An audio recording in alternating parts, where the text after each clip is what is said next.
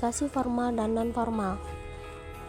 Yang pertama, komunikasi formal. Komunikasi formal adalah proses penyampaian pesan dengan memanfaatkan saluran-saluran formal.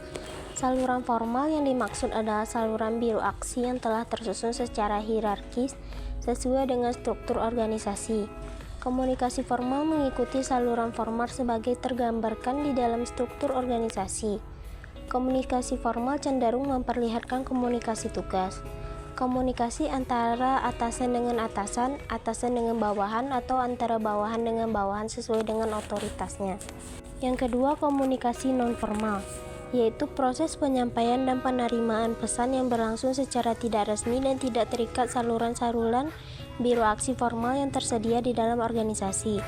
Komunikasi nonformal ada di luar saluran komunikasi formal dan tidak menuruti hierarki organisasi dan otoritas. Akan tetapi komunikasi nonformal ini tidak direncanakan oleh superior. B. Komunikasi primer dan sekunder. Yang pertama yaitu proses komunikasi secara primer adalah penyampaian pikiran kepada orang lain menggunakan lambang sebagai media.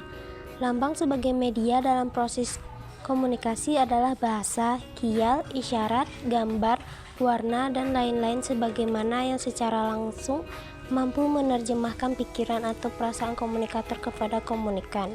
Yang kedua, proses komunikasi secara sekunder adalah proses penyampaian pesan oleh seseorang kepada orang lain dengan menggunakan alat atau sarana sebagai media kedua setelah memakai lambang sebagai media pertama.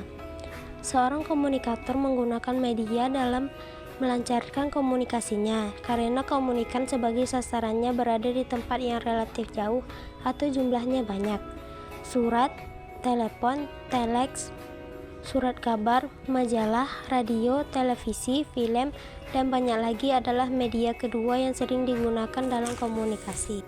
C. Komunikasi intern dan ekstern. Yang pertama, komunikasi intern.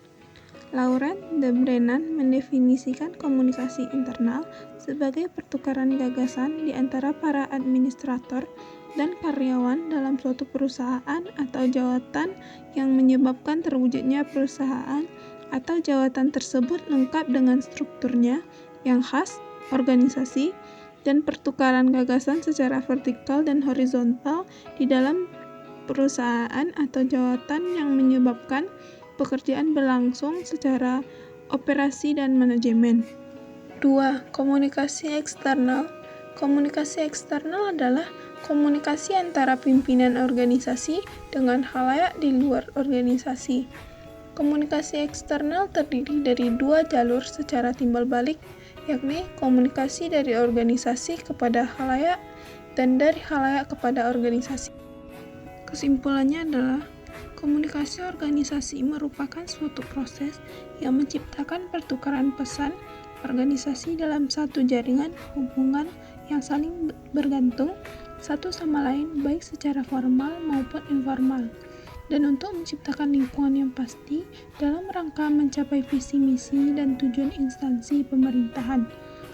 Fast and Folds berpendapat mengenai ulasan tersebut bahwa komunikasi organisasi merupakan sebuah perilaku organisasi yang terjadi di dalam suatu organisasi dan bagaimana mereka yang terlibat dalam proses itu melakukannya.